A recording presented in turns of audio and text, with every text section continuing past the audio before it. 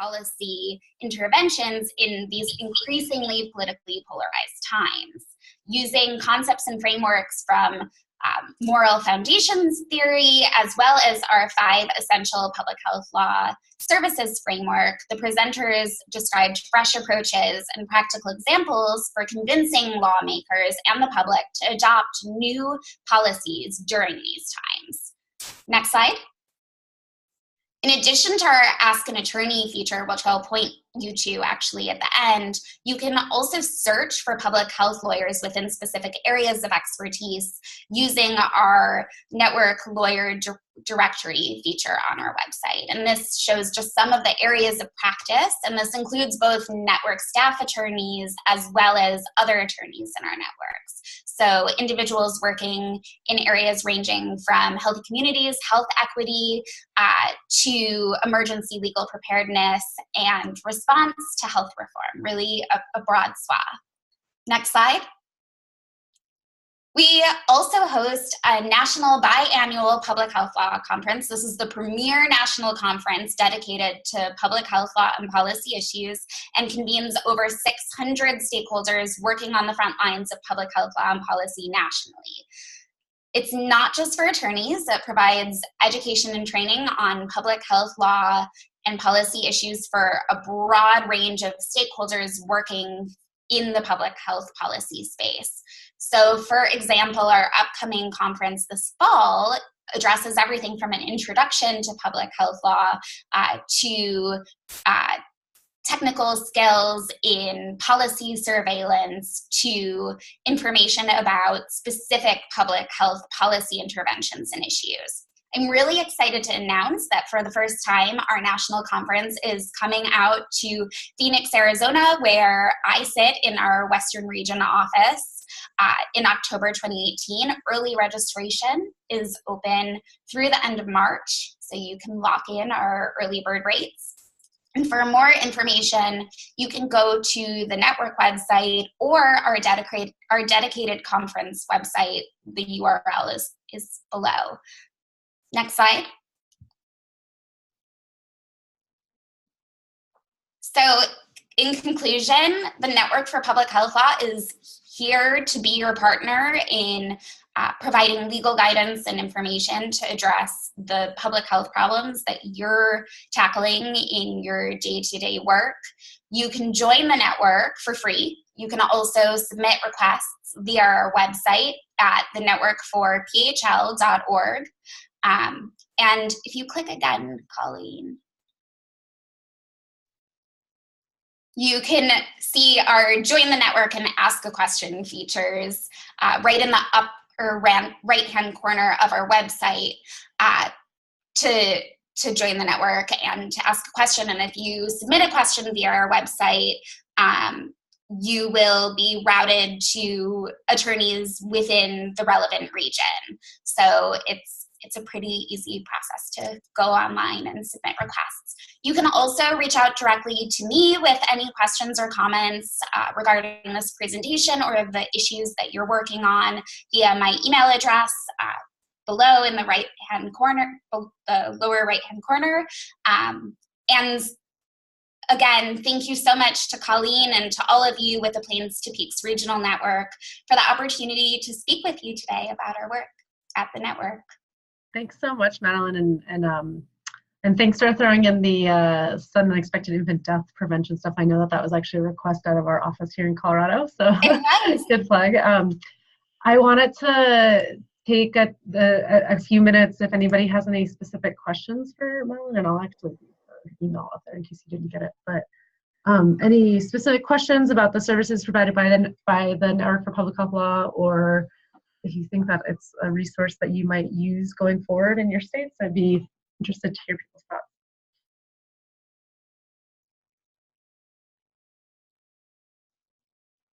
Or if anybody's used them before, I'd be curious too.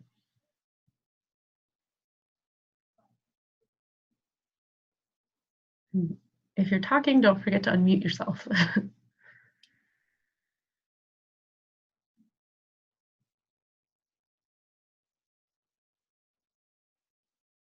Okay. Well, Madeline, hopefully you can stay on the call for the rest of the learning opportunity, but thank you again. I know that here in Colorado, we're pretty excited about having your contact information and using the Network for Public Health Law for various requests. And something that I had learned from Ellen is that they also provide support to local level partners as well. And so because we're rolling out communities that care throughout Colorado and are really trying to ensure that those communities consider environmental and systems level strategies to implement and not just individual level interventions, that we're hoping that the Network for Public Health Law will be a resource potentially for our local level partners too. So that's just something else to consider for the rest of you in the region as well.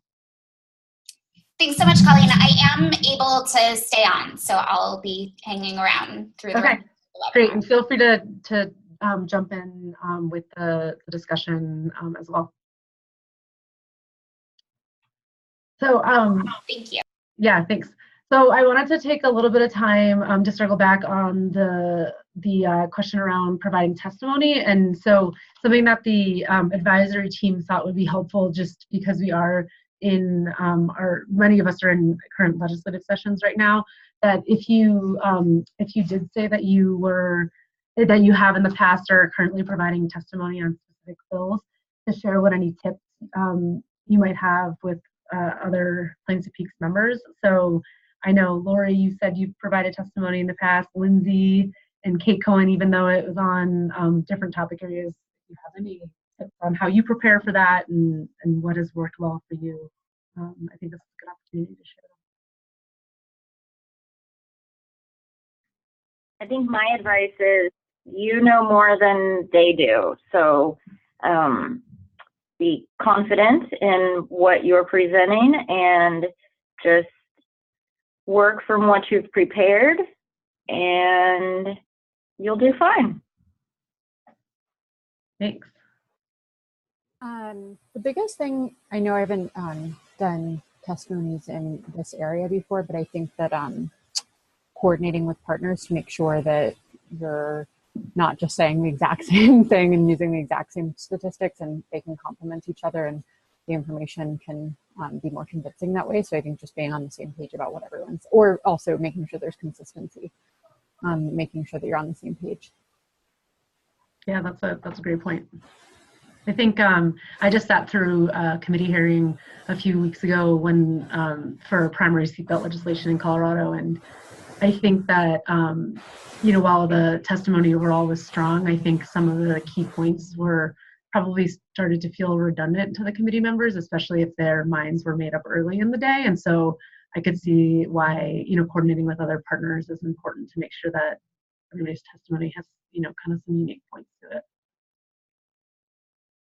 I would add I had that same situation last week. I testified for a harm reduction bill, and there were 50 people testifying in support of this bill and one person against it. And of course, it failed miserably. But, I found myself, I had written out talking points and testimony. I think it is really good to write out what you're going to say, because that 2 to 3 minutes that you get, it goes super, super fast. And so, I think really preparing is important. And then I also think that it's helpful to sort of over prepare. So you have kind of the talking points or the angles that you really want to get across from your agency's perspective. And it really does depend on whether you're, sort of an information only sort of person, or you're there to express support.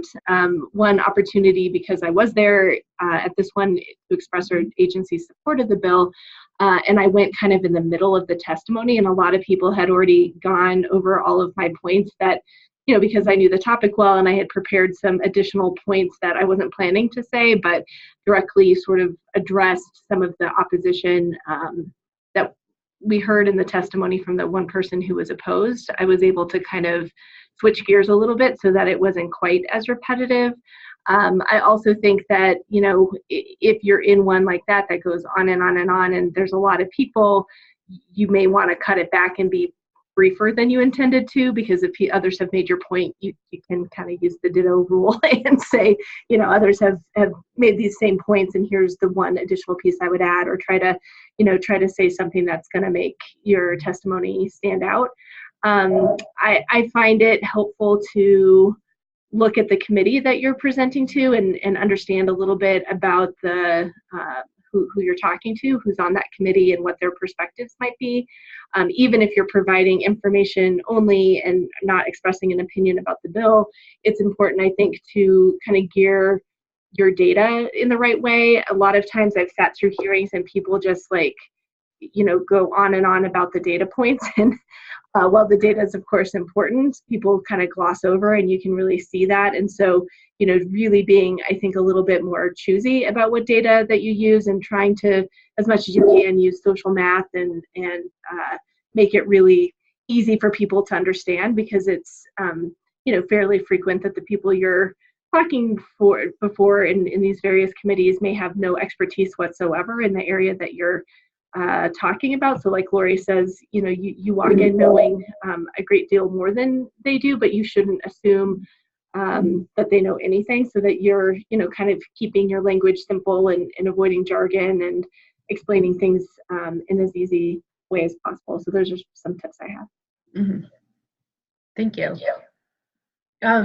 In your experiences, do you think that or being available to provide the testimony has allowed for the opportunity for committee members or legislators to ask specific questions about the bills? Yes, for sure. Honestly, that's the part I'm always the most nervous about, is what are they going to ask you? So you can control the piece that you can, control, particularly if you're doing information only and your role there is to provide information about a program or information about how something works. Sometimes you get questions, some of which are relevant and some of which seem, completely outside of what you wanted to talk about. And so, trying to think ahead, what questions might you get, and following the discussion's a good way to use partners that maybe are more, directly kind of hearing things. Those of us that sit in state agencies aren't, out there advocating for bills and hearing what the conversation is. So even, kind of paying attention if there's been any news coverage about that particular topic, or those types of things, so you can try to anticipate as much as you can about the questions. The questions sometimes, like I said, are good and sometimes easy to answer, and other times are things that you really have to say, that's, outside of what I'm prepared to talk about, or that's not my expertise, but, we can come back to you with responses to those questions, that kind of thing, I think is important. And then, another sort of thing, and I think probably lots of us, prepare talking points or, testimony for other people within our agencies to give. And I think, sort of same rule applies around trying to, get your talking points as clear as you can, so that other people who might be delivering them when you're not the one to testify can easily understand it, and trying to anticipate what questions they might get asked, so that they have some level of preparation for those, I think is helpful too.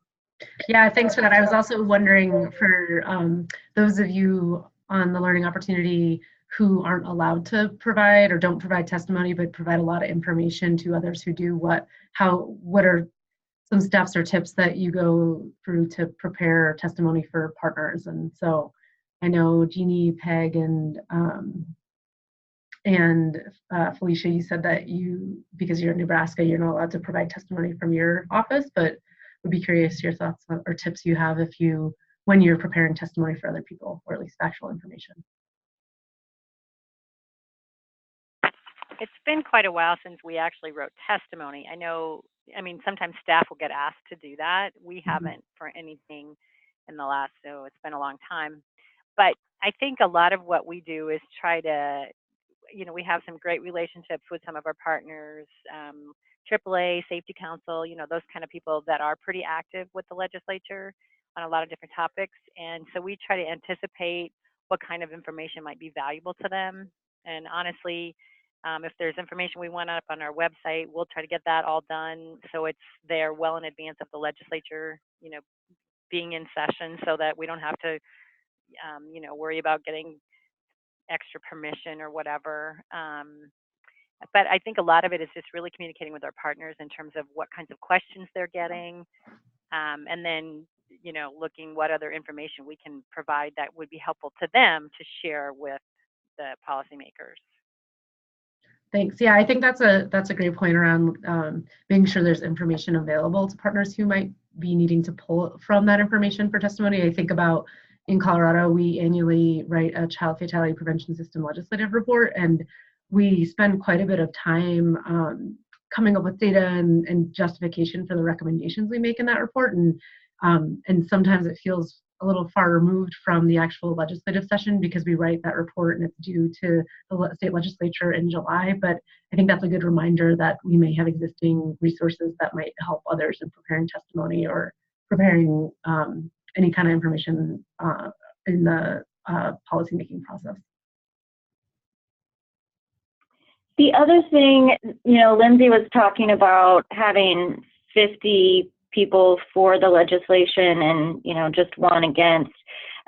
Something that we've done is to coordinate the testimony in and of itself, that when it was the primary seatbelt legislation, we had hundreds of people that were willing to say yes to the legislation or, provide testimony. But we knew that the legislators would not be happy about that.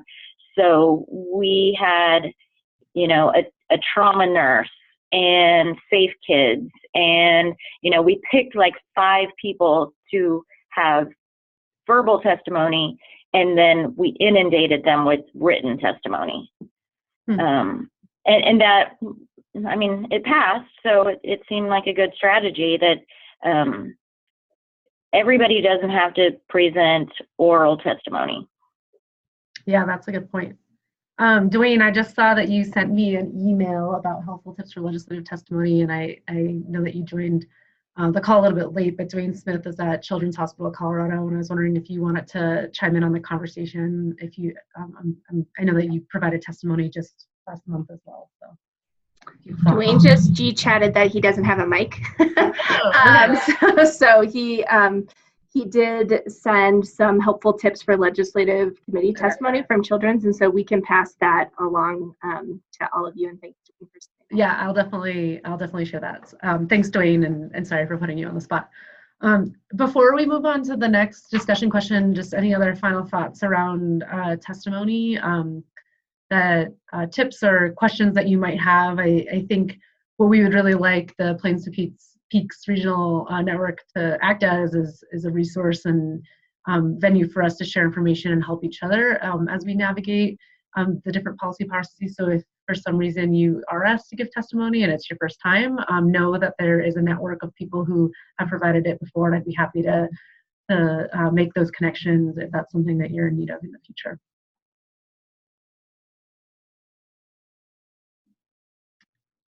Okay, so last month we started to talk a little bit about policy topics that we were anticipating to come up during our legislative sessions, and now that we're, for those of us who are in session this year, our month in, I would be curious on what policy topics are coming up related to injury and violence, and then if you need any assistance from any of us members to help navigate policy topics, please feel free to let us know, and we can have hopefully a discussion about that.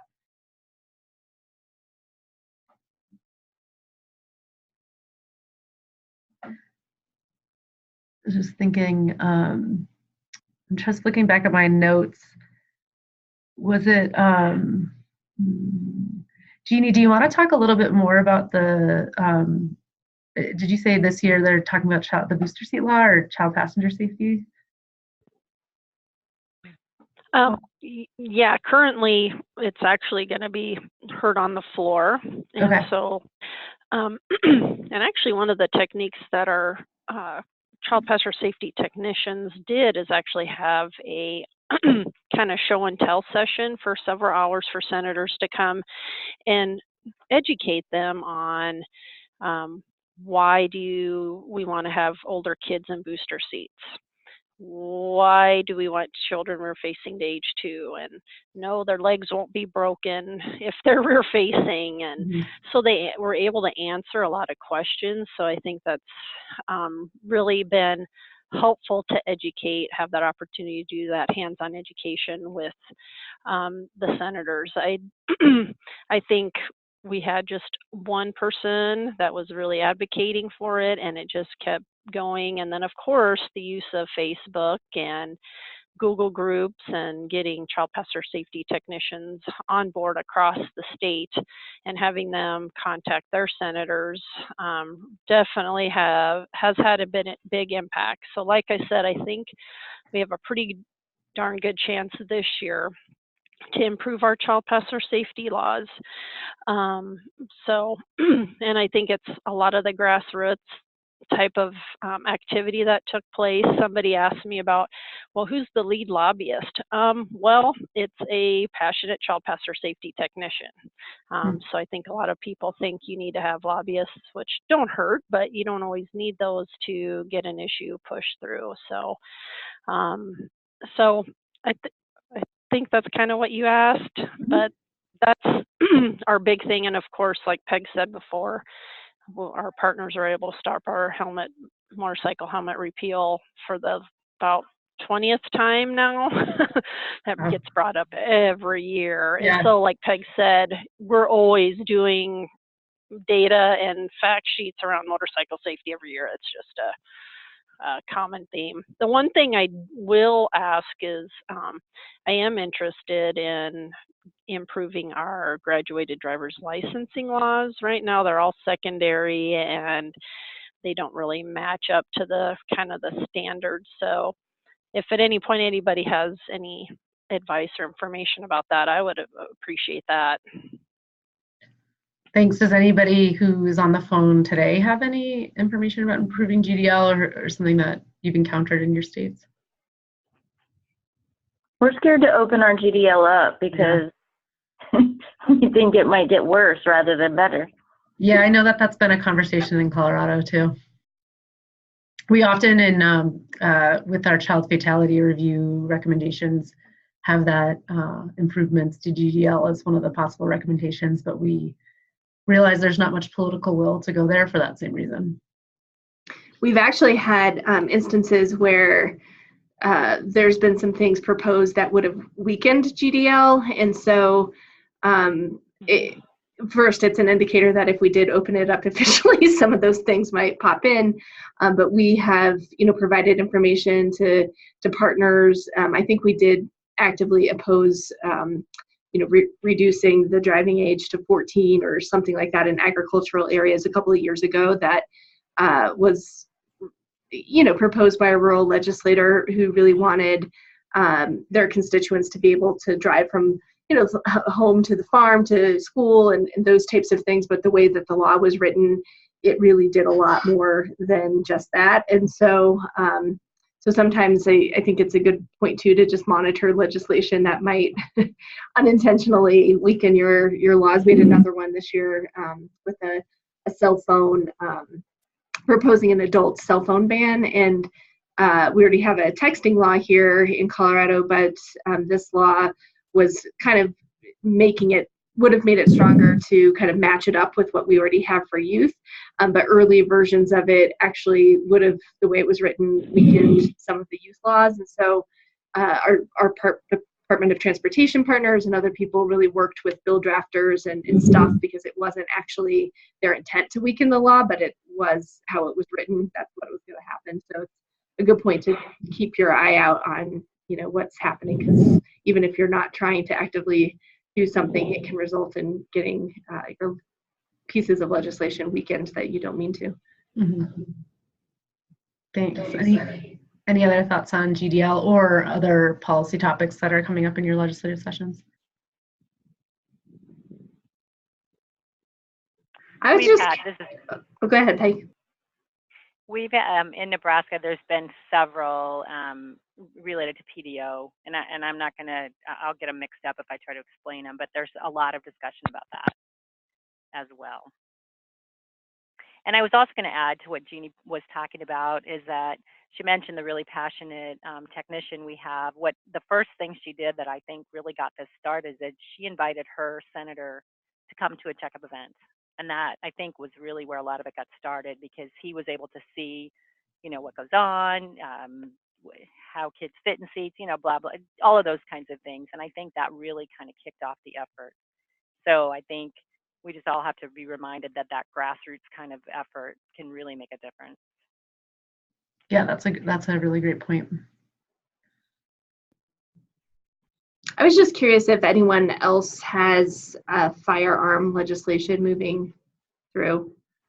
We had three bills that were already, sort of in the mix before the most recent school shooting, and I was just curious if other people were not actively weighing in on any of them, but I just was curious if that was happening in other states.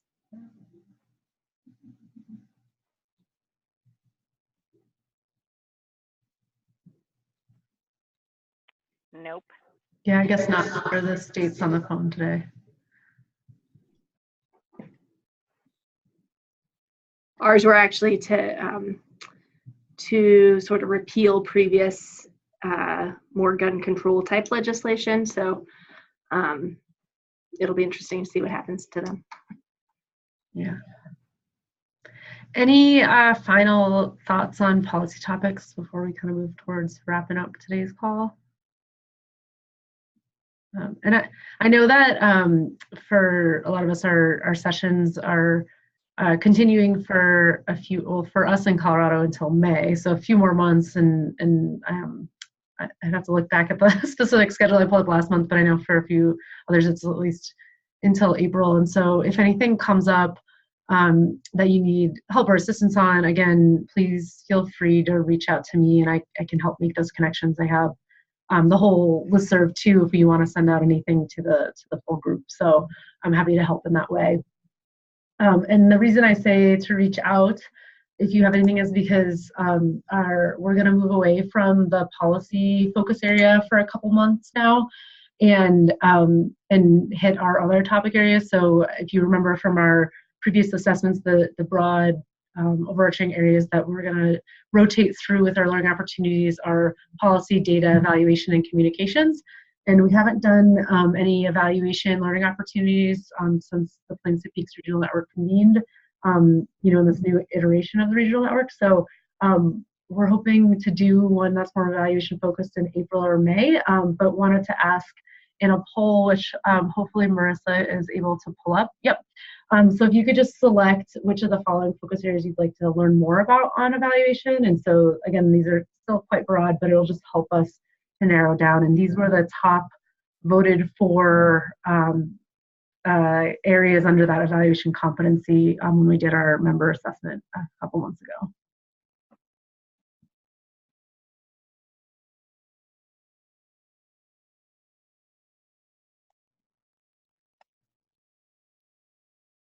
Give folks a minute to vote. Or I don't know, Marissa, if you can see the voting coming in and where things are at. I can. We're waiting on 5 more, which is probably including you, myself, and Lindsay. I just voted, so. Okay. So maybe 30 more seconds? Yeah.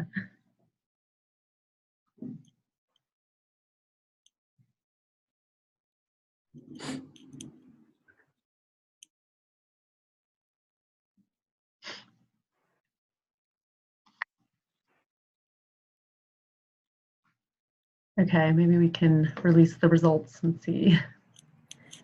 Felice accidentally closed out of hers, but maybe she can tell you personally what she would have voted for. Felice might be someone that I'll tap into to help facilitate this one, actually. So it looks like the highest is identifying potential barriers to specific types of evaluation and approaches to overcome these.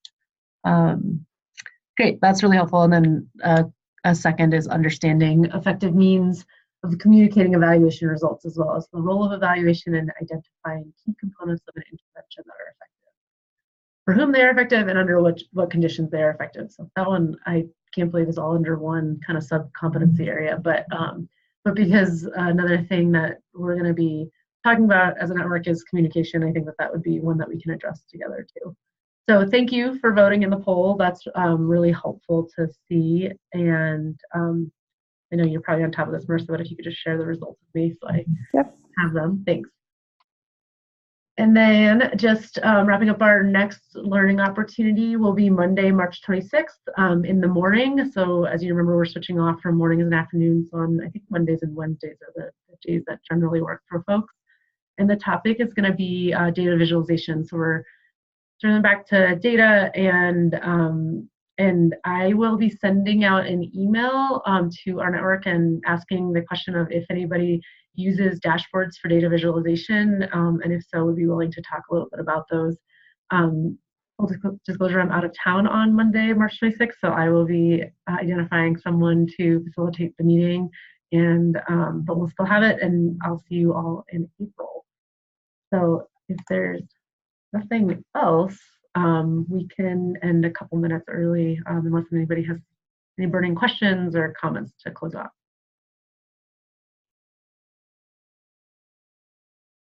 Okay, as normal, I will post the recording of this webinar if you want to share it with anybody to our website. And I'll also send out the slides because we had a few technical difficulties where there was a gap in the recording. So I'll make sure that the slides from Madeline are shared with everyone. And a big thank you again to Madeline from the Network for Public Health Law for presenting to us, and definitely use her as a resource in the future. She serves most of the states in our region, and for those that maybe aren't covered in our region, she can connect us with the person that serves those other states.